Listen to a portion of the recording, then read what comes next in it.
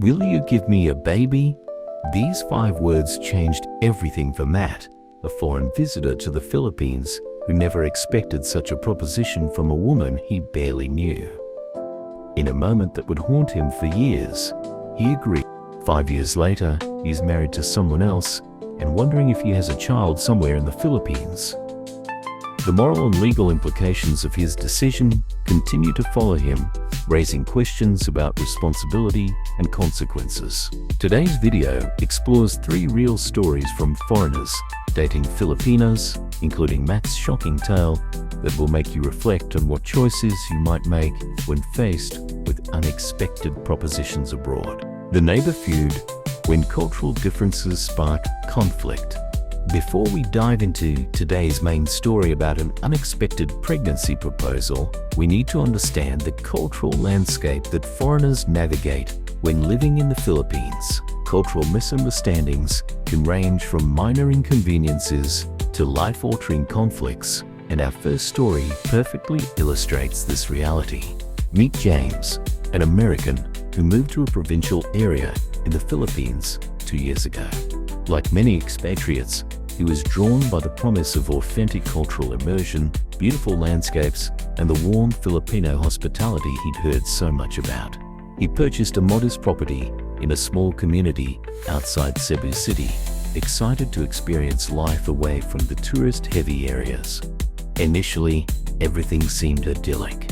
The neighbors welcomed him with traditional Filipino food like lechon and pancit, sharing stories over cold San Miguel beer on warm evenings. But the honeymoon phase ended abruptly when James noticed his next-door neighbor regularly burning household trash in their backyard. The acrid smoke would drift directly into James's open windows, forcing him to close up his house despite the tropical heat. "I tried talking to them directly at first," James explained in an email to us. "I was polite, explained that the smoke was getting into my house, and even suggested they could burn their trash further from the property line. They nodded and smiled, but nothing changed."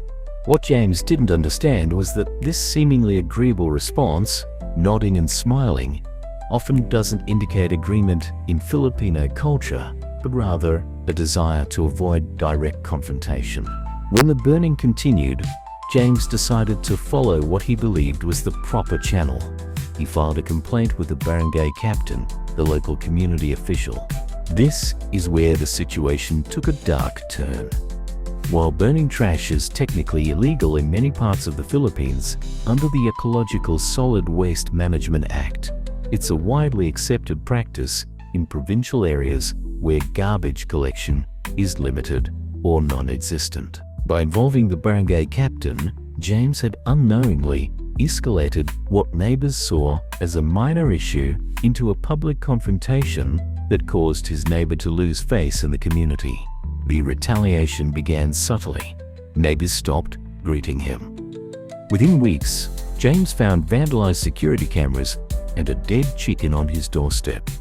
A clear message that he was no longer welcome. "I couldn't understand why they were reacting so extremely," James wrote. "I was just trying to protect my health and follow the law." This conflict highlights a fundamental difference in how many Filipinos and foreigners view community dynamics. In traditional Filipino communities, especially in provincial areas, harmony often takes precedence over individual rights. The concept of pakikisama, getting along with others, guides social interactions. It's like an unwritten rule book that locals intuitively understand. Similar to how Americans know not to cut in line or Europeans recognize when to speak softly in public spaces. When James bypassed this principle by going straight to authorities, he unwittingly positioned himself as an outsider, unwilling to adapt to local norms. In many Western cultures, conflicts tend to remain focused on the specific problem at hand. In the Philippines, however, once harmony is broken, the conflict can expand to include family members and even the broader community. Even more importantly, James's attempts to resolve the situation through official channels backfired because written laws and actual practices often diverge significantly in the Philippines. What's on the books isn't always what's enforced, especially in smaller communities where relationships take precedence over regulations. Looking back, James reflected, I should have approached this differently. Maybe invited them over for a meal first to build more rapport, or found a local Filipino friend to help mediate the situation informally. The situation became so untenable that James eventually sold his property at a significant loss and relocated to a more expatriate-friendly community where cultural expectations are better understood by both sides. This story illustrates a crucial lesson for anyone considering life in the Philippines. Understanding the unwritten cultural code is often more important than knowing the actual laws. Direct confrontation, even when technically justified, often creates more problems than it solves. For foreigners in the Philippines, learning to address issues indirectly through established relationships, finding Filipino allies who can navigate cultural nuances, and sometimes accepting practices that might seem objectionable by Western standards, are essential skills for harmonious living. These cultural disconnects set the stage for our more shocking stories of misunderstanding that we'll explore today. When foreigners fail to grasp the subtleties of Filipino communication and cultural expectations, the consequences can extend far beyond property disputes. Temperature wars, small discomforts that reveal deeper differences. The divide between foreign and Filipino perspectives extends beyond community norms into something far more personal. Our very bodies experience the world differently. When Randall set his air conditioner to a comfortable 70 both, he had no idea he was creating an environment that made his girlfriend physically sick, not because she was being dramatic, but because of genuine physiological differences few foreigners understand. Randall's story began like many cross-cultural relationships. He met his girlfriend Maria during a business trip to Manila, and after several months of online dating, she moved into his condo in Makati. Everything seemed perfect until the first night, when Maria woke up shivering at 3 a.m., complaining that the bedroom felt like a freezer. Randall checked the thermostat. It was set to 70th, about 21 Drupi, the same temperature he'd kept in his apartment back in Chicago. I thought she was exaggerating, Randall confessed. In the States, that's considered a perfectly normal indoor temperature. What started as a minor disagreement quickly escalated into nightly arguments. Maria would secretly adjust the thermostat when Randall wasn't looking, and he'd change it back, convinced she just needed to get used to it. The breaking point came when Maria developed symptoms that couldn't be dismissed as mere preference. She began experiencing headaches, dizziness, and what she described as motion sickness whenever she spent more than an hour in their air-conditioned bedroom. This marked a turning point for Randall, who realized her discomfort went beyond simple temperature preferences. This temperature sensitivity is rooted in genuine physiological differences. Filipinos have spent generations adapting to consistently warm temperatures year-round, with daily averages rarely dropping below 75 to 24 degrees C in most parts of the country. Their bodies have developed different mechanisms for regulating heat compared to people from cooler climates. Think of the body like a sophisticated thermostat system. People from colder regions have bodies programmed with different default settings. The circulation, metabolism, and even fat distribution are optimized for heat retention. In contrast, Filipino bodies are calibrated for heat dissipation, making sudden temperature drops genuinely disruptive to their internal systems. When someone who's grown up in this tropical climate suddenly experiences a temperature drop of even 10-15 degrees, their body reacts with genuine distress. The blood vessels constrict rapidly, circulation changes, and the body struggles to maintain equilibrium. What feels refreshingly cool to someone from Chicago can trigger legitimate physical illness in someone from Manila. People raised in tropical climates typically have different distributions of fat layers, different vasodilation responses, and different thermoregulatory systems compared to those from temperate regions. These aren't small differences.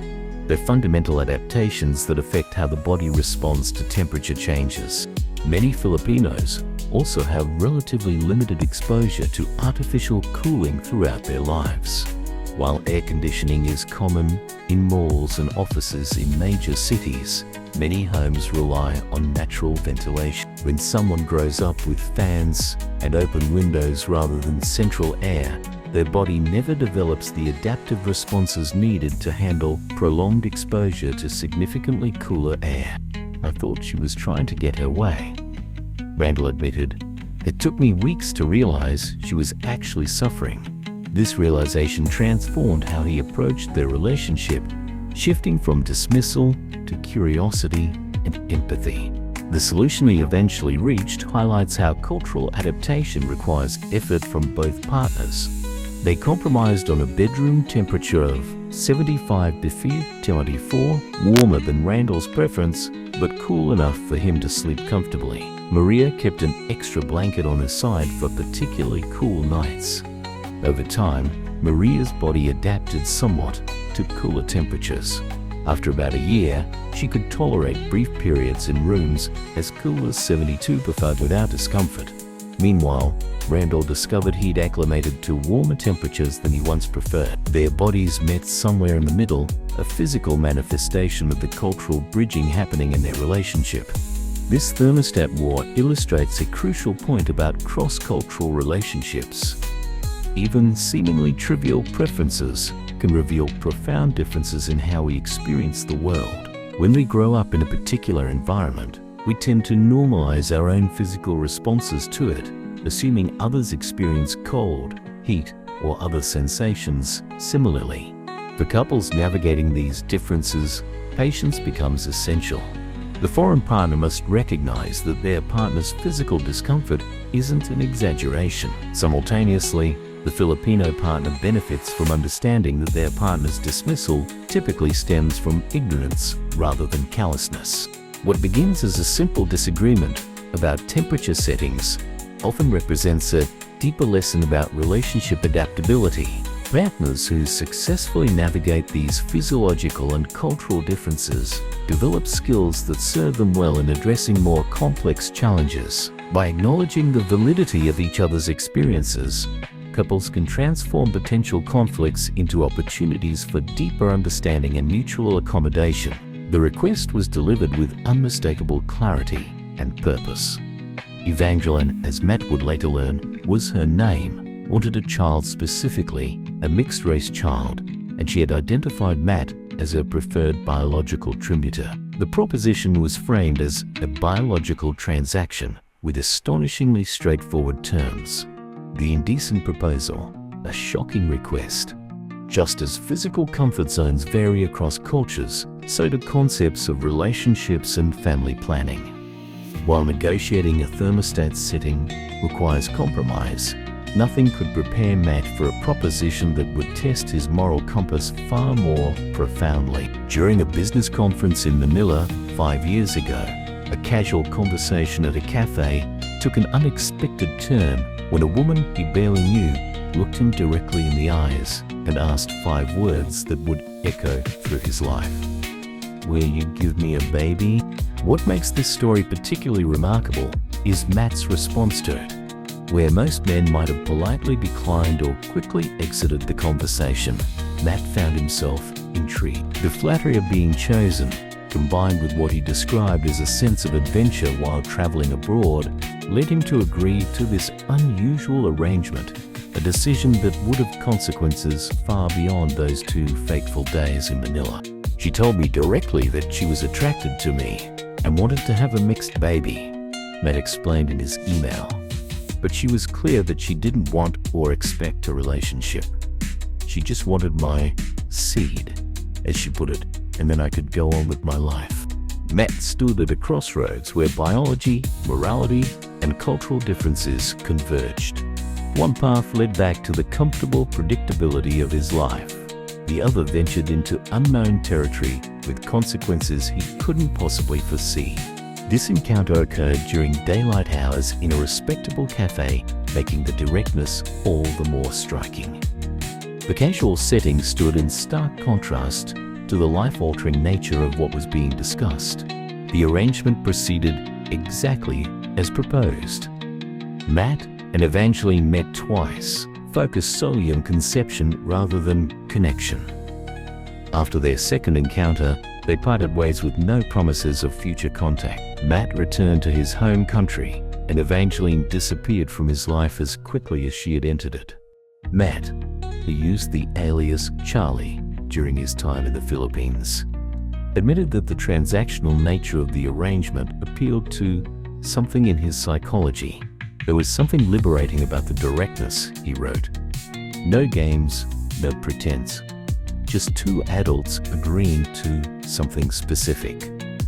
This sentiment reveals how the absence of traditional relationship expectations created a psychological distance that made it easier for Matt to participate without fully processing the potential long-term implications. What Matt didn't consider at the time, and what now haunts his thoughts, is that his brief encounter may have resulted in the creation of a child who would now be approaching school age.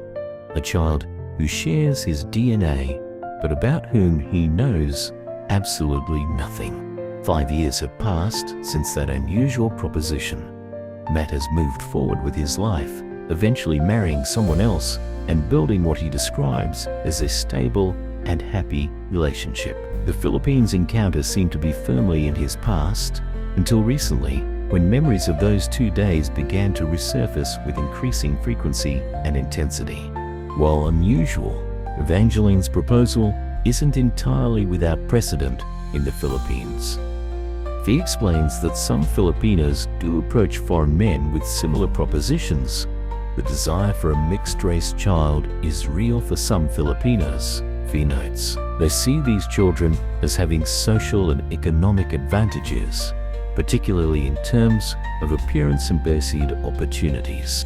Many Filipinos may not be thinking clearly when they volunteer to be a single mother, especially if they want a mixed baby. For cautions. Many of them have no business having a child they can't support. This assessment points to the potential consequences for children born of such arrangements, who may face economic hardship if the mother's planning extends no further than conception. The motivations behind such requests can vary significantly. For some women, it's about creating a child with physical features they consider desirable. For others, there may be hopes that the foreign father might eventually provide financial support despite initial agreements to the contrary.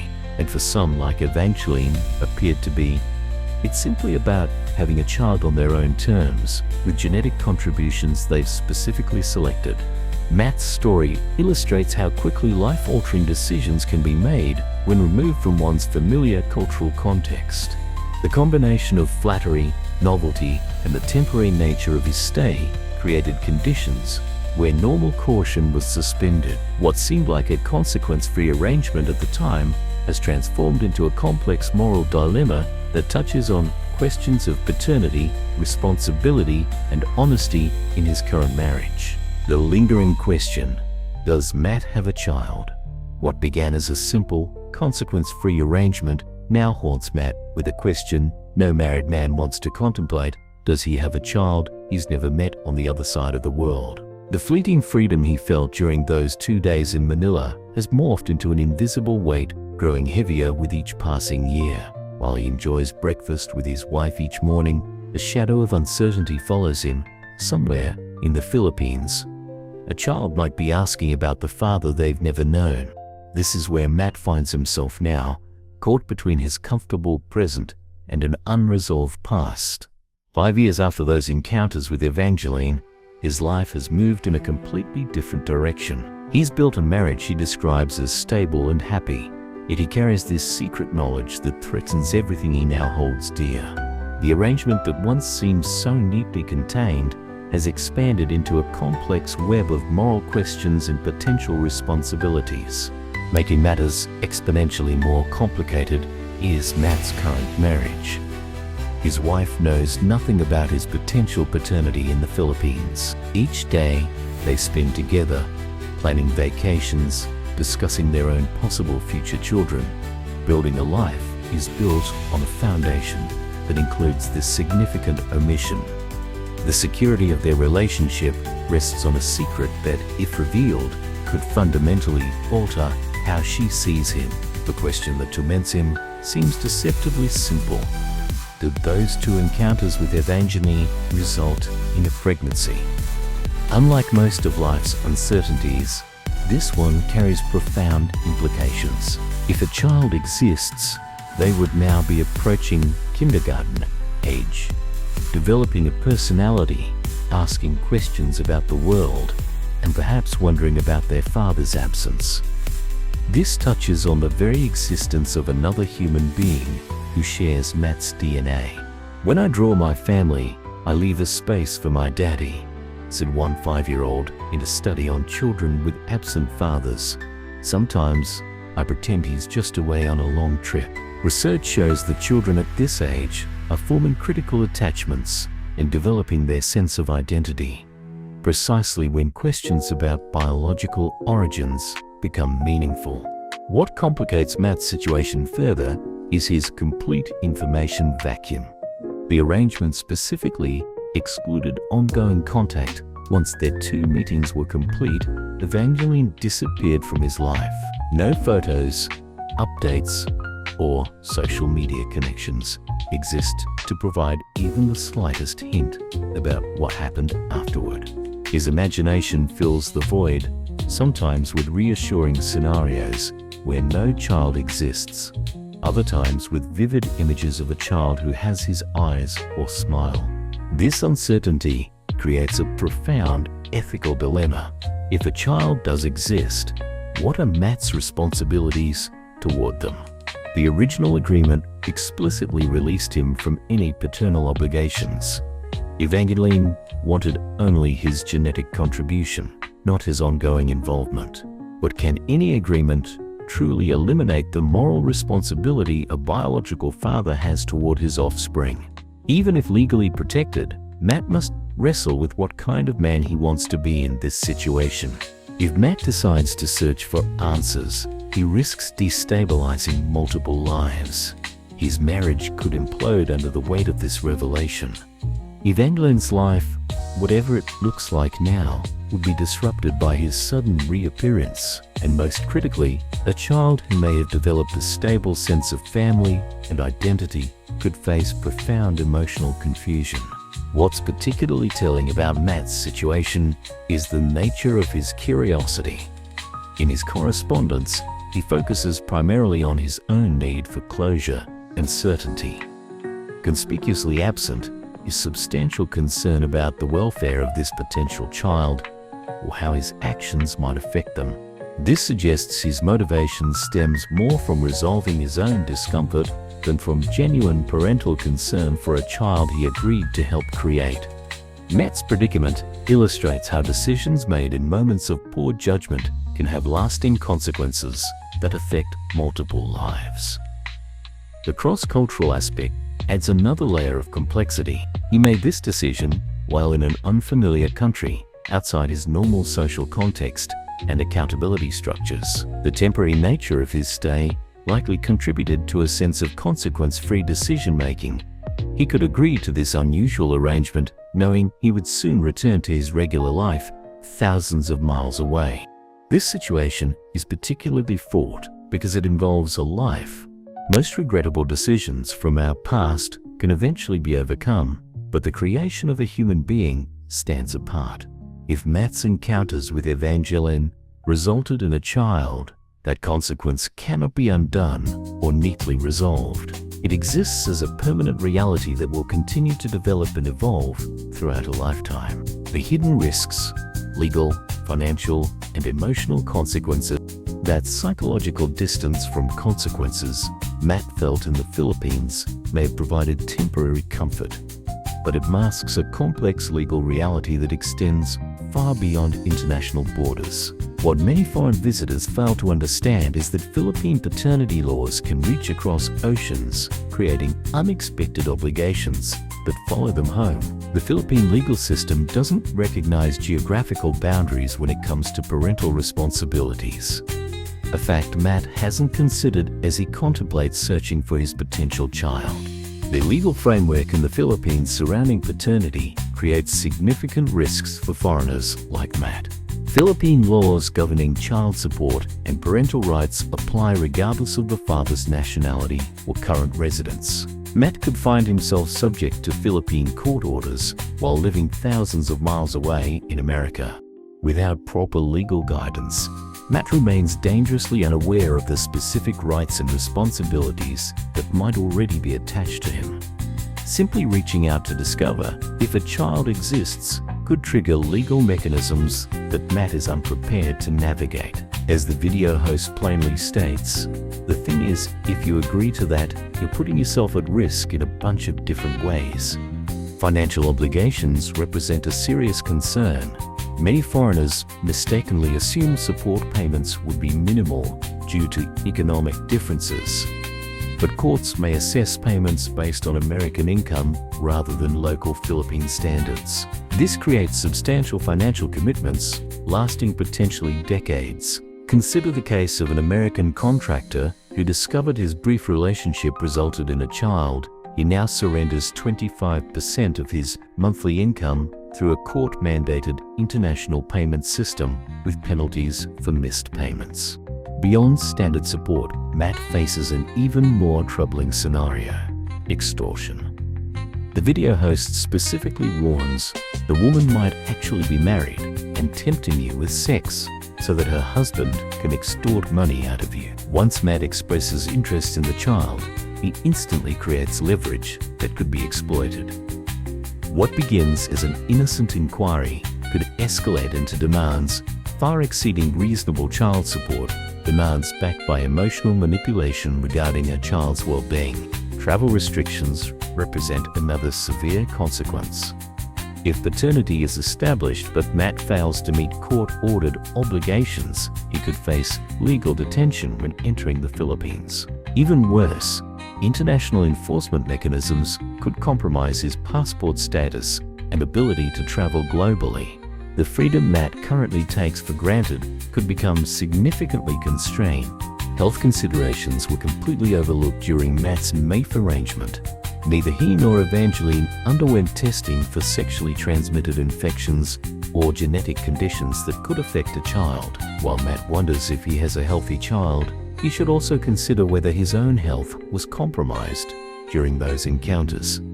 The unknown parenting environment presents another concern. Matt has no information about Evangeline's parenting capabilities, financial stability, or support system. His responsibility extends beyond biological contribution to consideration of a child's well-being, something he can't assess without engaging with a situation he may not be prepared to address. The emotional impact on all parties involved poses significant risks. Matt's current marriage would face a profound test if his wife discovers this secret, especially if she learns about it after he's initiated contact. The breach of trust could be irreparable. For the child, now approximately 5 years old, who may have formed attachments to other father figures or adapted to life without a biological father, Matt's sudden appearance would cause significant emotional disruption. As the host cautioned, by inserting yourself back into the mix, you're opening a can of worms you might regret. Children who meet biological parents later often develop complex emotions around abandonment and identity. Every message, payment, or acknowledgement creates evidence that could establish legal paternity, regardless of Matt's intentions. What begins as curiosity could inadvertently create a legal trail defining his obligations. To summarize the risks Matt faces: international financial obligations calculated American income levels, potential extortion schemes, travel restrictions affecting his global mobility, health uncertainties for both him and a potential child, disruption to his current marriage, emotional harm to his child, and the creation of a permanent legal obligation that follows him regardless of borders or intention. All these risks stem from a moment 5 years ago. A decision made without considering long-term consequences in an interconnected world where legal, financial, and emotional obligations cross borders effortlessly. The moral dilemma Responsibility versus self-protection. Beyond the legal entanglements lies a question Matt never considered that night in the Philippines. Just because he can search for this potential child, should he? His curiosity might satisfy his own needs, but at what cost to the child who never asked to become the center of an adult's moral crisis? His advice to Matt centers on self-preservation, suggesting that if his wife isn't fully supportive, he should let sleeping dogs lie. This pragmatic counsel frames the situation as one where Matt's primary obligation is to his current life and marriage, but is protecting what he is now the most ethical choice when measured against his potential responsibility to a child he deliberately helped create. The commitments Matt has made to his current wife would be severely tested by revealing this potential past. His wife deserves honesty about such a significant life event, especially one that could introduce a stepchild into their marriage. The difficult question becomes, does Matt's obligation to disclose the truth to his wife outweigh the potential damage to their relationship? Matt stands at a crossroads where every path leads to some form of betrayal. If he searches for the child without telling his wife, he maintains a destructive secret. If he tells his wife about his search, he risks his marriage. If he does nothing, he potentially abandons a child who might benefit from knowing their biological father. The arrangement Matt entered into had clear boundaries. Evangeline wanted a biological contribution without an ongoing relationship. In that moment of agreement, Matt likely believed this absolved him of future obligations. The explicit nature of their arrangement, a child without a father figure, created a moral gray area.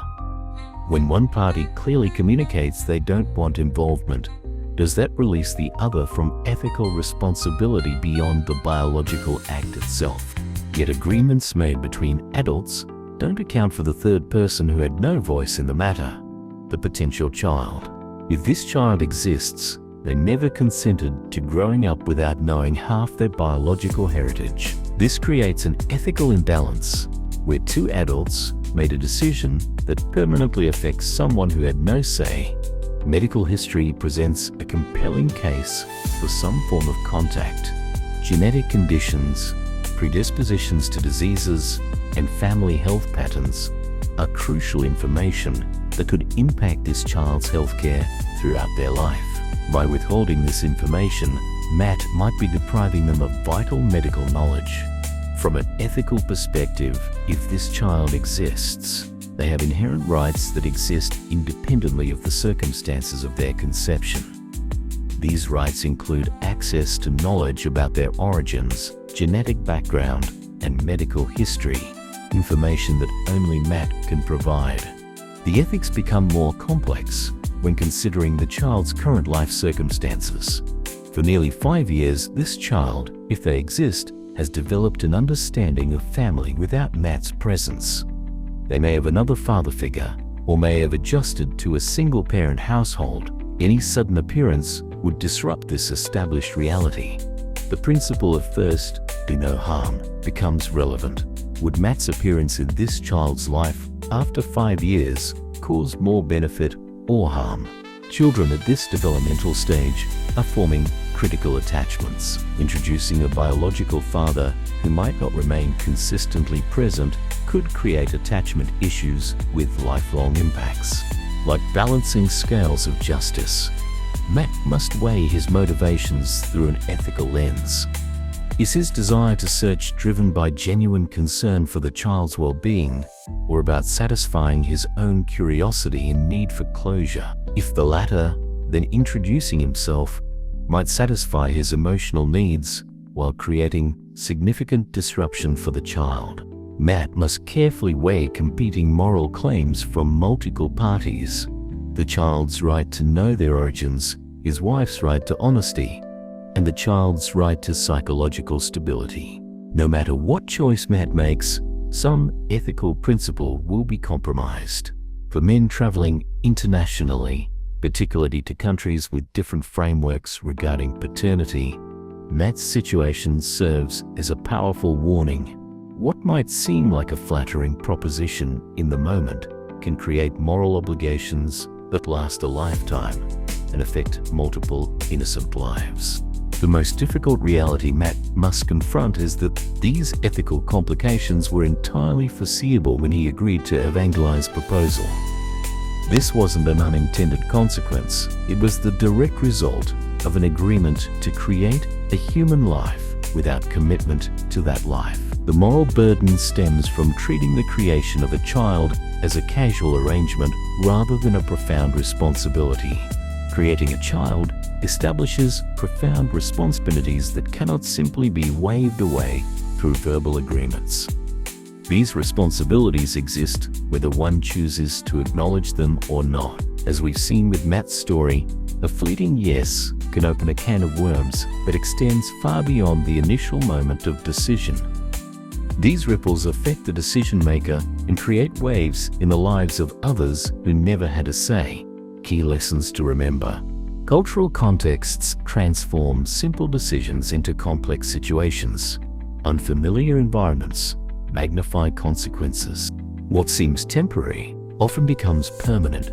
Approaching cross-cultural relationships with awareness and foresight is critical. Every interaction carries implications that might not be immediately apparent. Are you prepared to handle the unexpected outcomes of your decisions abroad? Remember, what seems like a simple proposition can irreversibly change lives forever.